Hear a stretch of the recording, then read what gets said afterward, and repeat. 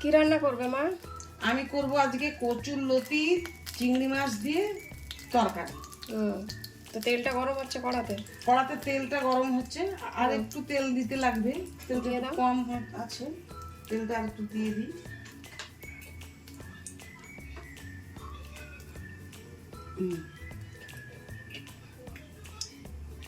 তেলটা তাহলে একটু গরম হোক।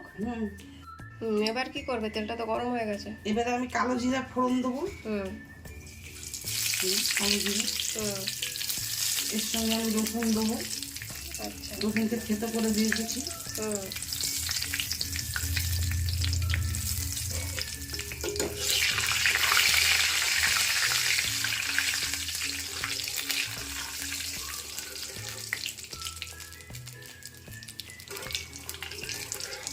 এই যে রসুনটা থেতো করে রেখেছি, দিয়ে দিলাম।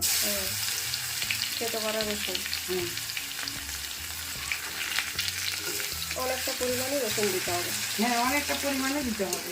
একটা গোটা রসুনে যতগুলো কোয়া হয় সেই সবটাই দিতে হবে। রসুনটা এবার ভাজা ভাজা হবে, একটু ভাজা ভাজা হবে। আচ্ছা। এবারে আমি চিংড়ি মাছ দিয়ে দেবো এর মধ্যে। আচ্ছা। চিংড়ি মাছটা আলাদাভাবে ভাজছি না, এতেই ভেজে নেবো, একসাথেই ভাজা হয়ে যাবে। হ্যাঁ।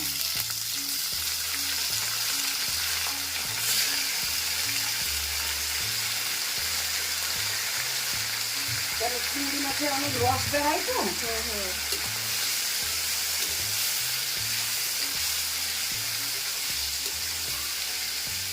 চিংড়ি মাছগুলো এর সাথে ভাজা ভাজা হবে। এরপরে কি নুন হলুদ দিয়ে দিবেন? হ্যাঁ, এবারে হলুদ দেবো পরিমাণ মতন। পরে আর হলুদ দেবো না, একবারেই দিয়ে দিচ্ছি। একবারেই দিয়ে দিচ্ছি।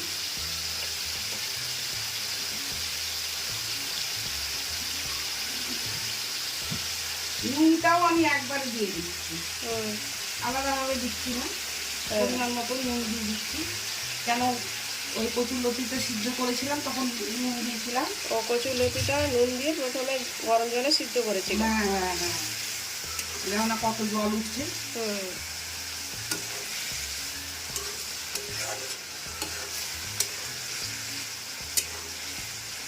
কচুর লতি রান্না করা খুবই সহজ, ছাড়ানাটাই যে সমস্যা। কত জল বেরিয়েছে দেখো। জলটা কি শুকাবে? জলটা শুকাবো। চিংড়ি মাছের রসটা শুকিয়ে এসছে।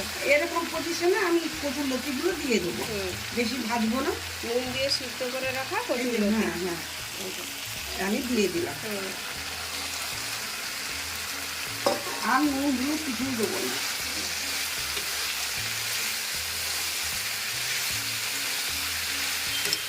এবারে গ্যাসটাকে একটু কমিয়ে দেবো, দিয়ে একটু চাপা দিয়ে দেবো।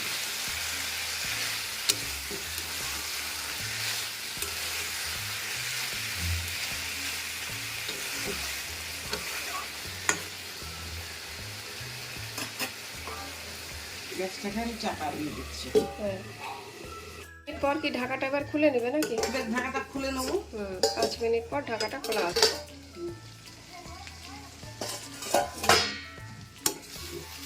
কত সুন্দর নরম হয়ে গেছে, তেলগুলোও ছেড়ে গেছে। কচুর লতিটাও মোটামুটি ভালো মজে গেছে। এবার আমি একটু চিনি দিয়ে দেবো,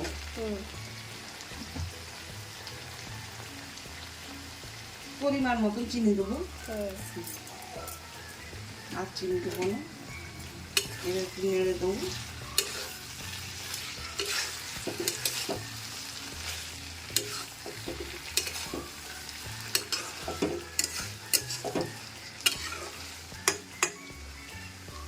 আচ্ছা, এইটাতে সর্ষে কাঁচা লঙ্কা আমি পেস্ট করে ছেঁকে রেখেছি।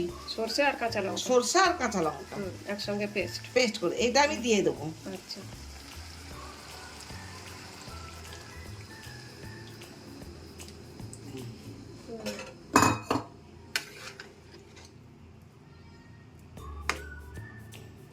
কি সুন্দর গন্ধ বেরিয়েছে, কালো জিরা, রসুন, চিংড়ি মাছ। এবারে কি এটা ফুটবে? এবারে ফুটবে এটা। আমি গ্যাসটাকে একটু বাড়িয়েই দিচ্ছি, যেহেতু কচুটা সিদ্ধ হয়ে গেছে। হ্যাঁ, আর আমি ঢাকা দেবো না, এরকম হবে। এবারে একটু ফুটলে শুকিয়ে আসলেই তারপর নামাবে। হ্যাঁ হ্যাঁ হ্যাঁ, তাহলে তারপর এটা ফুটুক এটা ততক্ষণ। হ্যাঁ হ্যাঁ, একটু ঝোলটা ফুটে গেছে, একটু মরেও এসছে, গামাখা গামাখা হয়ে গেছে। কেন ভাতের সঙ্গে খাওয়া তো, একবারে শুকনো করে দিলে ভালো লাগবে না, তাই একটু আমি গামাখা টাইপের করবো, যাতে ভাত দিয়ে মেখে খেতে। এটা এরকমই থাকবে, এরকমই থাকবে। তাহলে রান্নাটা কমপ্লিট। রান্নাটা কমপ্লিট।